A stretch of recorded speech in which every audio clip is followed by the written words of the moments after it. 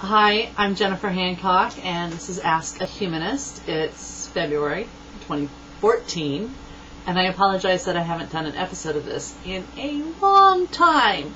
Been really busy. I'm a mom, so that takes priority. Anyways, I have a bunch of questions that I've been sitting on, and I really wanted to get and answer them for everybody. So here we go. Now, this is about the humanist approach to grief. So I've kind of combined a bunch of questions into a themed discussion about how a humanist approaches death, grief, existential problems, how do we cope, existential issues, like the big issues of life. How do we find meaning? How do we come to terms with our own mortality? Given that we're mortal, what's the point of it all? These are issues that everybody struggles with at some point or another. Almost everybody struggles with at one point or another. And I really think people's level of happiness in life is to a large extent determined by how well their personal philosophy of life helps them answer these existential, these questions of existence. So let's start with kind of the easy stuff and move ourselves into the harder stuff. Okay, so first question. Do humanists believe in an afterlife? I don't. I mean, not in the traditional supernatural sense of an afterlife. Obviously, there's some people we remember from history, but most people are forgotten within one or two generations. The people that knew you personally remember you after you die. And then after a few generations, no one remembers you because no one knew you personally. I mean, think back. Unless you've done genealogy, you don't know who your great-great-great-grandparents were. Now, they existed. They were real people. They were important to the people who knew them. But if you didn't know them, you didn't know them. And if you do know their names, that's pretty much all you know about them. You don't know them as a real human being. You know them as an abstract concept of someone who you know used to live. Now, that's the fate for the overwhelming majority of us. Now, there's occasionally people who come along throughout history who are remembered beyond that. They tend to be philosophers and kings. Now, America doesn't have any nobility, so we don't have any kings, but we do tend to remember all our presidents, and they're listed for historical reasons. And it's a little bit easier to remember people in a historical era, i.e. an era where we have written records to remember people by. It's a lot harder to remember them going back before the written era. So generally who we remember are the kings and the philosophers. So if you want to be remembered beyond, your life, and that's really all I think we can hope for, because I don't think we're going to have, this is the only life I have, as far as I know. If I get another one, I'm going to consider that bonus. But this is pretty much the only life I have, so the only chance I have of being remembered past my great-grandchild is if I write something phenomenal that people use after my death. Because I'm not going to be a king, and I'm certainly not going to be a sports star, and I haven't written any major piece of music that's going to survive me either. So the likelihood is that I'm going to die. I'm not going to have an afterlife. Now, let's talk about the consequences of not believing in an afterlife. What does that mean? A lot of people really struggle with this, and they struggle with it, I think, for a couple of reasons.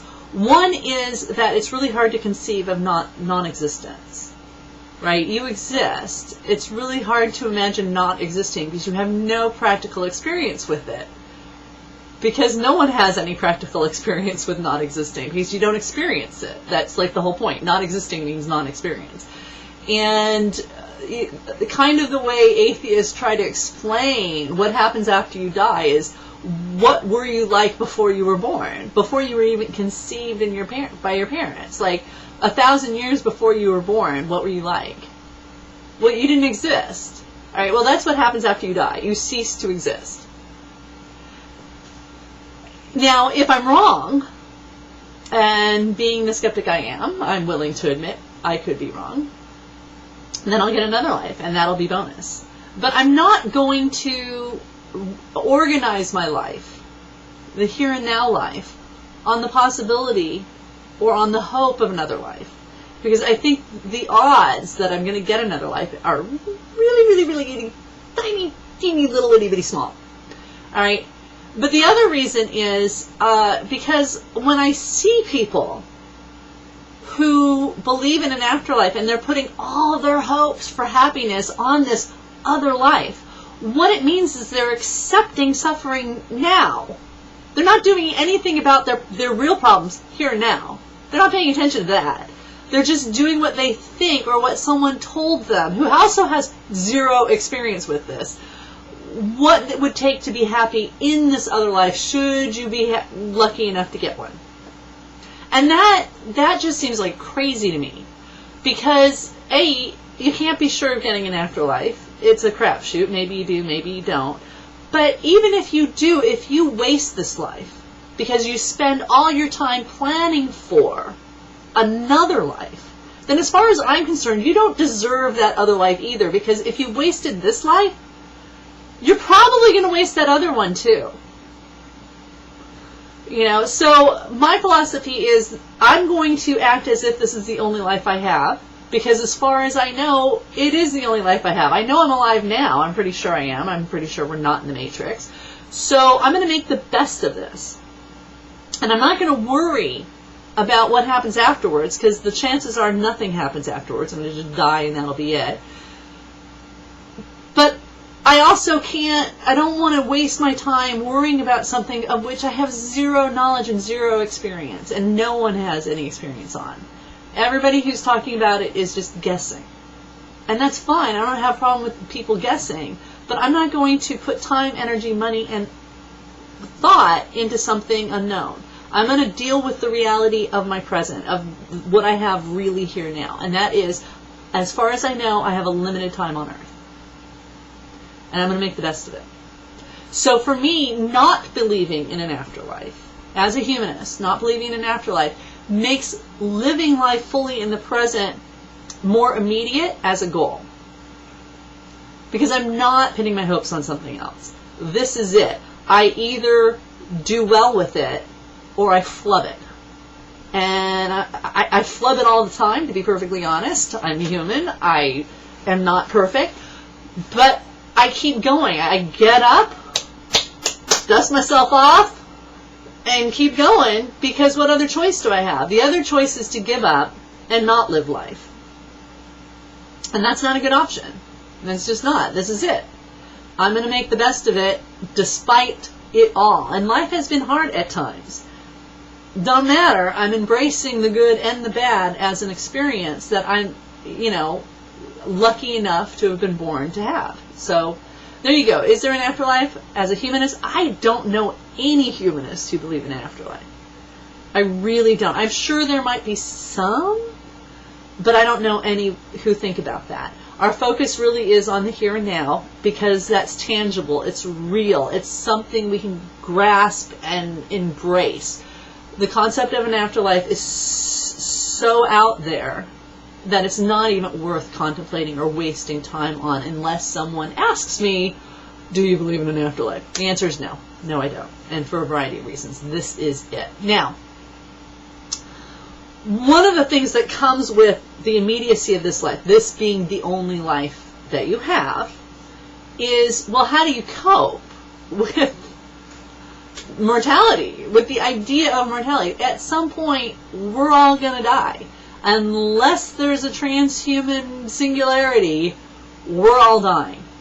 And I kind of think that even if there was a path to immortality as a flesh and blood human, how long do you really want to be alive for?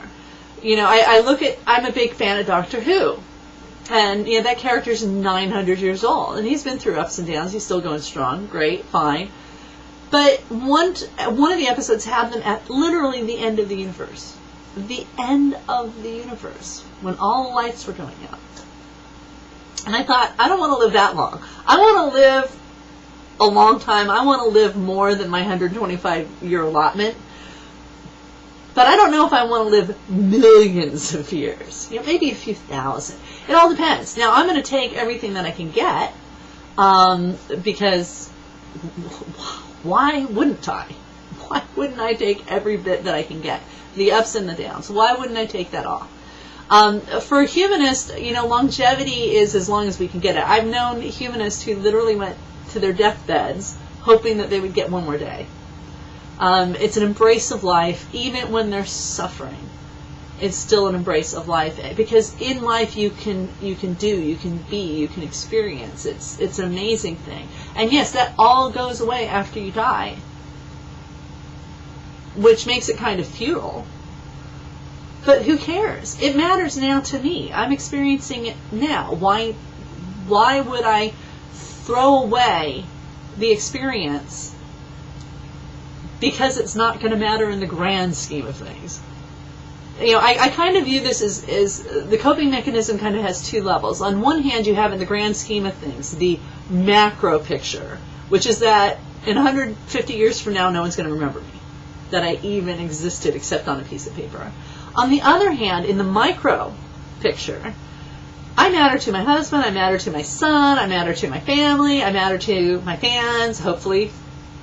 And the fact is I do matter. I might not matter in the grand scheme of things, but I matter in the minute scheme of things. And that's actually enough for me as a humanist. I find a lot of value in meaning that. And again, I think there's a tendency for people who are just exploring this and who are struggling with an existential depression around this particular issue to think that if it doesn't matter in the grand scheme of things, it doesn't matter. And I find that accepting the reality that it doesn't matter in the grand scheme of things, but that it does matter in the small scheme of things, in the here and now, has the same effect as accepting that there's no afterlife.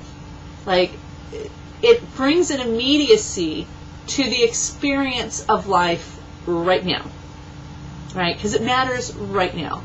Whether I pick my son up from school matters to him tremendously right now. Whether I get food on the table matters to my family this evening. So it matters. It matters. It absolutely matters. It's just not going to matter in the great scheme of things. I'm okay with that. And again, it gives an immediacy to my life that I think I wouldn't have if I was consumed with ideas of macro meaning, big meaning. And so that's how I cope with that. I just accept it and accept that it's okay. And it's amazing when you stop fighting that reality, how much more immediate life is in the experience of it. And isn't that kind of what, if you go to a self-help guru, they're always telling you live in the moment and, kind of experience it fully. Most humanists go through life with that sense of immediacy because our worldview focuses us so intensely on it because we're not distracted by the afterlife. We're not distracted by big, earth-shattering, world-shattering, forever meaning because it doesn't exist. And that allows us to focus on the here and now, and in a way that I think other people miss. And when you're fighting this reality and you refuse to accept it because it seems so bleak, you're missing the joy that comes with this worldview. So if you're struggling with this particular existential angst of meaning in life, stop struggling with it. Just stop and see how you feel. If the immediacy of life does not overwhelm you and think, wow, this is like a really cool way to experience life, go back to worrying about big meaning. You can try on this kind of mindset for a few days and survive just fine. You really will. So stop fighting it, accept it. There is no big meaning in life, but there is little meanings in life. And I matter to the people now that know me now. I matter to me now. And that's enough. It really is. So let's talk about how we cope with the emotions that come with this. When we talk about death and dying, and particularly other people who die that we care about. So maybe you've had a pet that died, maybe you had a parent that died, maybe you had a child who died, I had a child who died. Grief and death and grief are really, really hard to deal with, and they kind of bring up a lot of emotions, just a lot of emotions, and they're strange emotions at times. So let's start with fear of mortality. I think we already dealt with that, right? So there's no big meaning in life, and once you die, that's it. You don't exist anymore, so don't spend your time worrying about it. Try to live as long and healthily as you can, but don't worry about what happens after you die, because the chances are nothing happens and you'll cease to exist and it won't bother you anymore. Make the most of it while you're here. I think people who are worried so much that they're going to die miss out on living. So, and I think what happens too is they try not to think of their own death, and so they end up thinking about it even more. It's a lot like, don't think of the big elephant in the middle of the room. Well, you're going to think of a big elephant in the middle of the room, right? So you have to train yourself to stop worrying about it. And, you know, I think you just, when you find yourself, it's like meditation. I think if you practice meditation, this will help.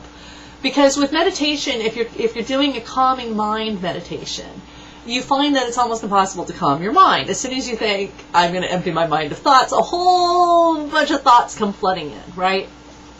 And the way you deal with that is not to fight the thoughts, but to accept that you had the thoughts and redirect your mind to be blank again. And you do that as many times as it's required. And this is why it's a practice. Now, whether or not you ever achieve the no thought state is almost irrelevant to the practice, because what you're doing is retraining yourself to not think about things you don't want to think about. Really. And every time you succeed in that, it makes it easier. So if you find yourself obsessed with death and worrying about your death, then you just take a deep breath and say, it's normal. Everybody thinks about this and worries about this at some point. And you think about it for a little bit, and then you allow your mind to move on to something else.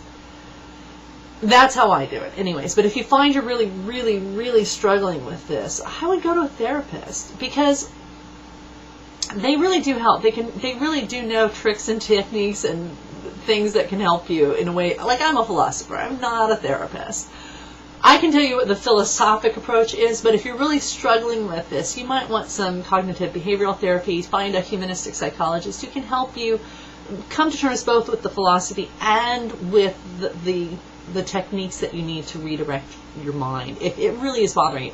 Because, again, if this is the only life you have and you're spending it worrying about dying, you're not really living fully, obviously, and it's bothering you. So go get someone to help you. Learn how to rethink and think in different ways. I've told a lot of people to go get therapists, and they're all very, very, very happy they did. You know, I know people who have been suicidal. I know people who have been agoraphobic, and they hated the way they were living. And I said, if you don't like the way you're living, get some help and get someone to help you. Learn how to live a different way. Get a professional. And they did, and they've moved on. It's amazing how helpful a therapist really can be. So find a humanistic therapist if you're struggling with this. Now, as for the grief that comes with the death of someone you love or someone you care about, it just is. You know, people fight grief. Grief is really, really, really painful. It's both emotional, philosophical, it's physical at times. And people either fight it and don't want to experience it, so they try to push it away, which never works because it's kind of always there in the background. Or they care about it so much that they want to hold on to it, and they think if they're not experiencing grief, that they're doing it wrong. There's no right or wrong way to experience grief. It's an emotion. It comes and goes.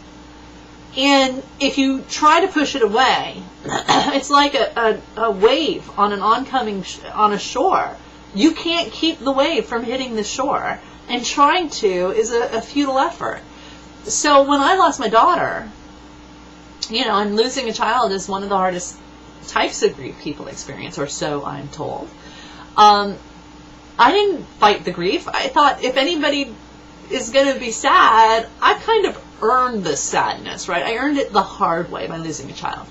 So I didn't fight my grief. I allowed myself to experience it. And over time, I had less crying and more moments of joy. The other thing I didn't do is I didn't hold on to my grief when it ebbed.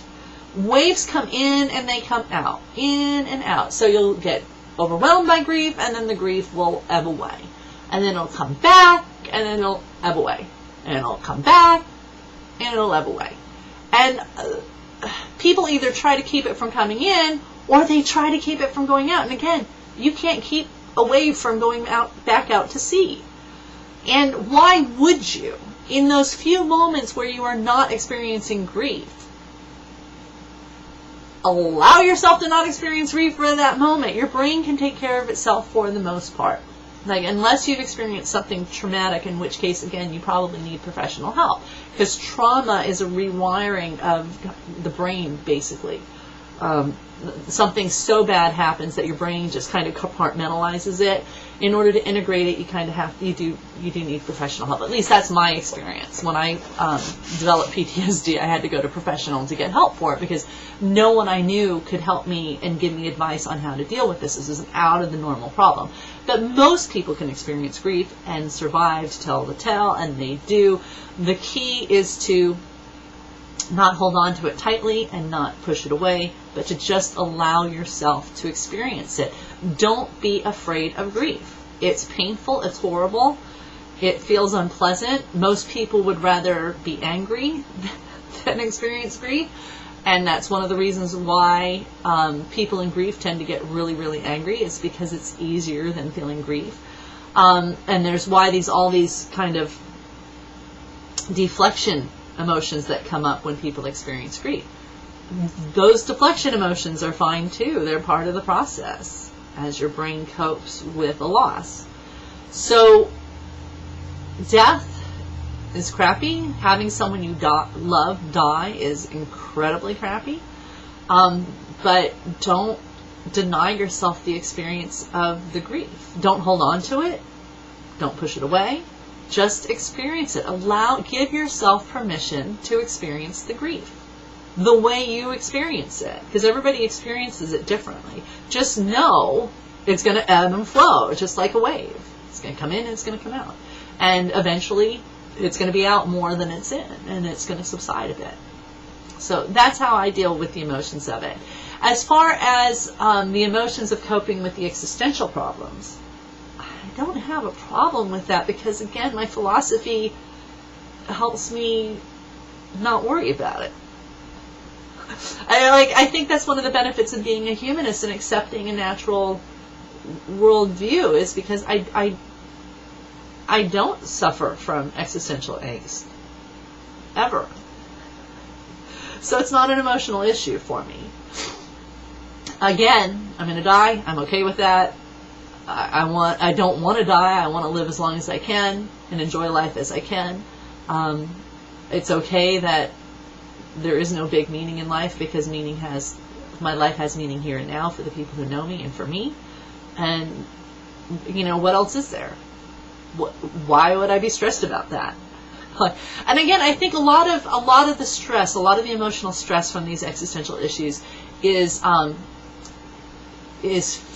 the fear of what accepting these realities mean. And people are so afraid of what it's going to be like if their life has no meaning, that they never just say, I wonder, okay, I'm going to try this thought on and see how it feels, to find out, it feels pretty good. It really feels a lot good. There's this, what is it saying? There's nothing to fear but fear itself. Existential angst is fear of reality. And the reality is pretty mind-blowing and so much cooler than living in a state of fear. So just accept the things you're fearful of as real, and then see where it takes you. If you don't like where it takes you, go back to being afraid. Okay, so the last topic relating to the humanist approach to grief is anger. Because I don't know anybody who's experienced grief who hasn't experienced the anger that comes with grief. And again, I think the reason this happens, at least my experience of it, is that the grief is so bad that your brain needs to take a break from the reality of death. And so, like, of the death of someone you love, because obviously if you're dead, you're not doing anything. But, like, when I lost my child, my daughter, yeah, I was angry a lot. And I was angry at really kind of weird things, which helped me laugh about them. And I think that's why, I think it just goes to show that I don't have a lot to be angry about in life. You know, again, you know, this kind of attitude of accepting life on its as it is, and not fighting with reality, and just accepting reality for what it is and moving on and doing the best I can with it, means I don't live a life full of regret. I don't live my life in a state of anger with other people. You know, when other people harm me or are mean to me, I don't take it personally, because it's not about me, it's about them and their behavior. I'm like really a very easygoing person. So, and I think that was reflected in my grief-related anger. And it seems strange that I would be laughing about it. But literally, when I was grieving the loss of my daughter, I was angry at a film director I don't even know.